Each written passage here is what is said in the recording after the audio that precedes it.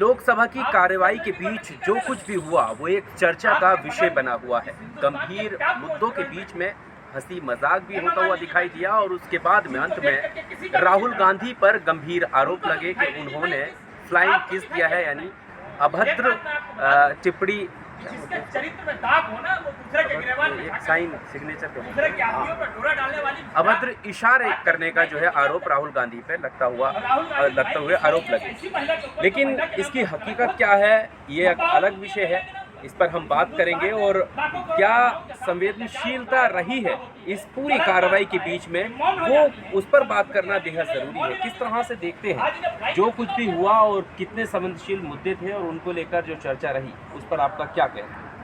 एक कहावत है, रहीम कबीर ने लिखा है कि रहीमन धागा प्रेम का मत तोड़ो चटकाए, तोड़े से फिर ना जुड़े, जुड़े गांठ पड़ जाए। बीजेपी के माननीय प्रधानमंत्री जो अविश्वास प्रस्ताव पे बोलना चाहिए था, जो अविश्वास प्रस्ताव लाया गया था मणिपुर को लेकर के, उससे ध्यान भटकाने के लिए ये हमेशा चुनावी मोड में रहते हैं। मणिपुर की घटना को लेकर के इनके दिल में थोड़ा भी दुख नहीं है कि मणिपुर की जनता मारी जा रही है, औरतें नंगी घुमाई जा रही हैं, या मेवात में जो हुआ उससे कुछ लेना देना नहीं है, कुछ भी लेना देना नहीं। सिर्फ 90 सेकंड माननीय प्रधानमंत्री ने बोला है। मनो इनके क्रियाकलापों से आज ही जाकर के विपक्ष ने वॉकआउट किया है। पंडित राहुल गांधी ने जो भी कुछ कहा है आज पार्लियामेंट में, आज प्रेस कॉन्फ्रेंस में इन्होंने संबोधित किया है कि ये सिर्फ जुमलेबाजी, बकैती और इनका वसूल है कि सबसे मजबूत मेरा झूठ। ये जो है सपने में भी सच से नफरत करते हैं। अभी एक अध्यादेश ला रहे हैं राज्यसभा में कि जो चीफ इलेक्शन कमिश्नर की नियुक्ति होती है, जो कमेटी बनी है जिसमें सीजीआई और नेता विरोधी दल और पीएम, लेकिन एक ईमानदार जज से भयभीत हो गए हैं। ये चाहते हैं कि हम आने वाले लोकसभा चुनाव में ईवीएम में और चुनाव आयोग की मिलीभगत से देशवासियों को उल्लू बनाते हुए हम चुनाव जीत जाए। जिस तरह से इन्होंने गोधरा करवाया था गुजरात में, सेम उसी तरीके से मणिपुर में करवाया है। केरोसिन छिड़क करके आग लगा दी, मेवात में लगा दिया। इनके आरएसएस और बीजेपी का एजेंडा है कि देश में नफरत की खेती करो और हिंदू मुसलमान, भारत पाकिस्तान अगड़ा पिछड़ा में लड़ा दो। वो कह रहे हैं कि सच सुनने की क्षमता नहीं है विपक्ष में जो वॉकआउट करता है। प्रधानमंत्री की स्पीच के दौरान भी बाहर निकल गए सारे विपक्ष। क्या करें, इस आदमी को सुनना क्या है? पूरा विश्व नहीं सुनना चाहता है। ये आदमी झूठ, पूरा विश्व सुनना चाहता है या नहीं सुनना चाहता है? मैं आपको बोल रहा हूँ कि आप जिस मुद्दे पे बात करनी थी उस मुद्दे पे तो आप बात नहीं करोगे। आपकी एक तथाकथित ड्रामेबाज मंत्री है। ड्रामेबाज कौन? स्मृति ईरानी ड्रामेबाज हैं वो। और क्या? आप बता दो कि 60 साल की बुढ़िया को पंडित राहुल गांधी जाएंगे ये फिर आप महिला विरोधी बात कर रहे हैं। मैं 60 साल की से क्या मतलब है? अच्छा, तो उनको वही पसंद है। हेमा मालिनी जी कही है कि मैंने नहीं देखा, और लोग कह रहे हैं कि नहीं देखा। देश की तमाम महिलाएं इसके ऊपर थूक रही हैं। आप बता दीजिए कि अगला जो है पीठ को धन्यवाद दिया और चला गया। अब इनको किस उठाता, इनको शिवराज सिंह का किस भरी सभा में नहीं दिखाई देता, प्रधानमंत्री का ये वाला नहीं दिखाई देता, आज जो है जय शाह का ये वाला नहीं दिखाई देता। ये अभद्रता की श्रेणी में ये नहीं आता है? आता है, ये भी तो आता है ना। तो ये नहीं दिखाई देगा। सदन में फ्लाइंग केस ये सब कुछ जरूरी है। एक सांसद किसने कहा कि इन्होंने फ्लाइंग केस किया है? वैसे ही स्मृति ईरानी ने। अरे भाई, इन्हीं का मंत्री नारायण राणे है ना, जिस बेहूदगी और बदतमीजी से की भाषा में बात कर रहा था। इनकी एक मंत्री हो कह रहे कि अरे चुप हो जाओ, बैठ जाओ, तुम्हारे वहाँ ईडी पहुँच जाएगी, सीबीआई पहुँच जाएगी। ये तमाम तरह के ये लोग जो घिनौनी हरकत कर रहे हैं, क्या देश की जनता देख नहीं रही है? देशवासी देख नहीं रहे हैं? देश को ही लोग शर्मसार कर रहे हैं। जितने भी इनके लोग कहते हैं कि अमृतकाल चल रहा है, अरे अमृतकाल नहीं चल रहा है, मूत्रकाल चल रहा है। मूत्रकाल से क्या मतलब है? अरे भाई, इन्हीं का जो भाजपाई कार्यकर्ता एक गरीब हिंदू के ऊपर घल घल मूत रहा था। कहीं कोई कोई हवाई जहाज में मूत रहा है महिला के ऊपर। इन्हीं के लोग तो हर जगह इन्हीं के लोग पाए। कहीं भी कोई घटना हो भाजपा से जोड़ दो उसे। आई वहाँ उसका घर गिरवाया गया था, वो यूपी सरकार तो नहीं गिरवाने गई थी कि राजस्थान की सरकार नहीं गिरवाने गई, शिवराज सिंह की सरकार ने गिरवाया था। कौन शुक्ला था?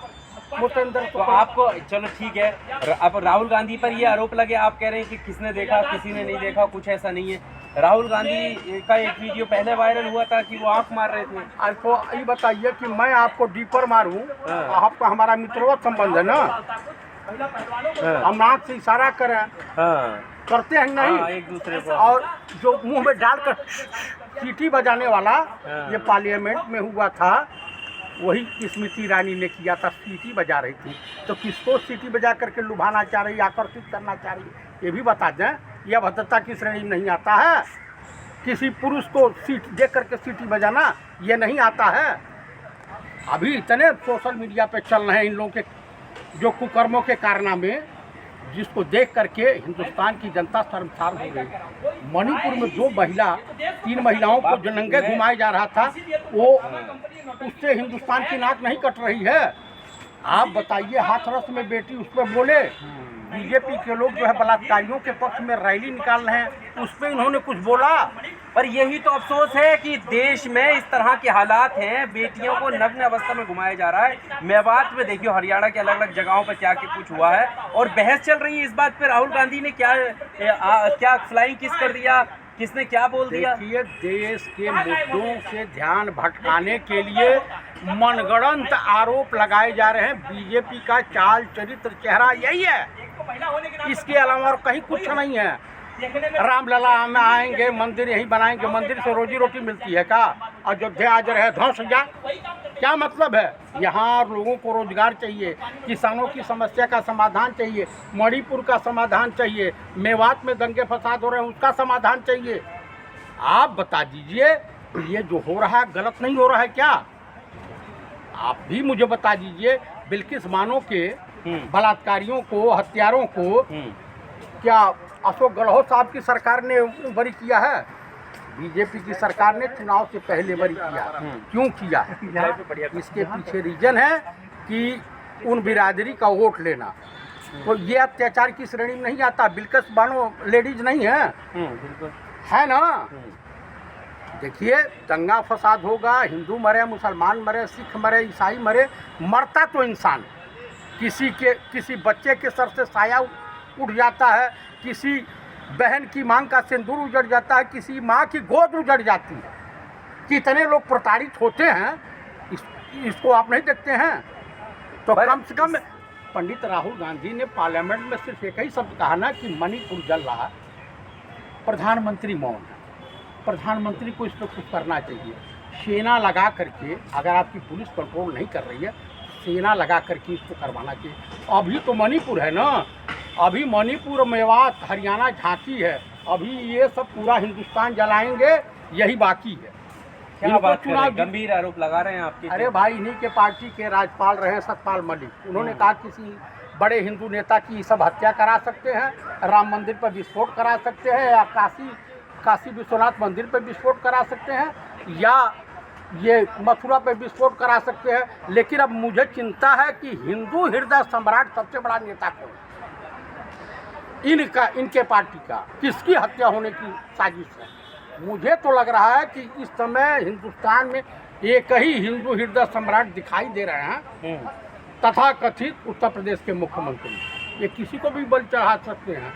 जब वहाँ पे त्रिपाठी जी की हत्या हो गई उत्तर प्रदेश में, एक विश्व हिंदू परिषद के थे, उनकी कमलेश तिवारी, उनकी माँ ने अगर राज नहीं खोला होता तो उन्होंने कहा कि सपा की सरकार में हमारे बच्चे को कोई नहीं था। जो हिंदुओं की सरकार आई हमारे बच्चे की हत्या हो गई योगी जी की सरकार में। तो ये किसी को भी चुनाव जीतने के लिए किसी की हत्या करवा सकते हैं, कहीं बम विस्फोट करा सकते हैं। मेवात और मणिपुर का दंगा बीजेपी की सोची समझी रणनीति का हिस्सा है। ये बताइए, तमाम लाइट मशीन गन है, LMG, 6 लाख कारतूस, इंसास राइफल, AK-47, ये सब पुलिस थानों से लूट करके वो कहाँ गया? वो गोली चलाएंगे जो उग्रवादी, आतंकवादी या जो बेविचारी, दुराचारी, टेररिस्ट हैं, वो किसके तो ऊपर उन पर हो चलाएंगे? तो रही कार्रवाई, घर तोड़ दिए देखो। मैं ये पूछ रहा हूँ कि ये हथियार बरामद हुए? अगर उससे गोली 6 लाख राउंड गए हैं तो जानते हैं सेना का रूल है कि एक गोली एक दुश्मन। वो हमारे ही सैनिकों के ऊपर गोली चलाएंगे ना, देश के आर्मी वालों पर गोली चलाएंगे, देश के पुलिस पैरामिलिट्री फोर्स के ऊपर गोली चलाएंगे ना, तो मरेगा तो हमारे देश का जवान ही मरेगा ना। ये क्यों नहीं सोचते हैं कितनी बड़ी साजिश के तहत इस देश को जलाने का कुकर्म बीजेपी रच रही है। और मैं सच मायने में मानता हूँ कि पंडित राहुल गांधी ने जो कुछ भी कहा है वो सत्य है, अक्षरशः सत्य है कि मणिपुर में भारत माता की हत्या की गई है, भारत के लोगों की हत्या की गई है, भारत को जलाने का कुचक्र रचा जा रहा है। प्रधानमंत्री का एक स्टेटमेंट के बीच का एक हिस्सा भी वायरल हो रहा है जिसमें वो हंसते हुए कह रहे हैं कि वो जोर से हंसो। क्या कहना है इस पर? वो खुशी मना रहे हैं कि मणिपुर में हो रहा है तो होने दो, मेवात में हो रहा है तो होने दो, आप लोग खुश रहो और हिंदुओं को चूतिया बनाओ। क्या बात कर रहे हैं?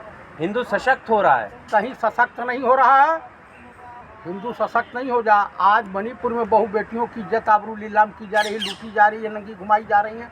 कल उत्तर प्रदेश में होगा, बिहार में होगा, पूरे देश में होगा। अच्छा, स्मृति ईरानी राहुल गांधी पर ही क्यों ऐसे इस तरीके के आरोप लगाती हुई नजर आती है? इसके पीछे की वजह आपको क्या लगती है? इससे भी एक मोहब्बत होती है। ये मोहब्बत है और क्या? अब जब नहीं कोई पूछ रहा है तो क्या करेगी? वो तमाम तरह के नखड़े करेगी, किसी तरीके से हमारी तरफ देखें। ये भी मोहब्बत है।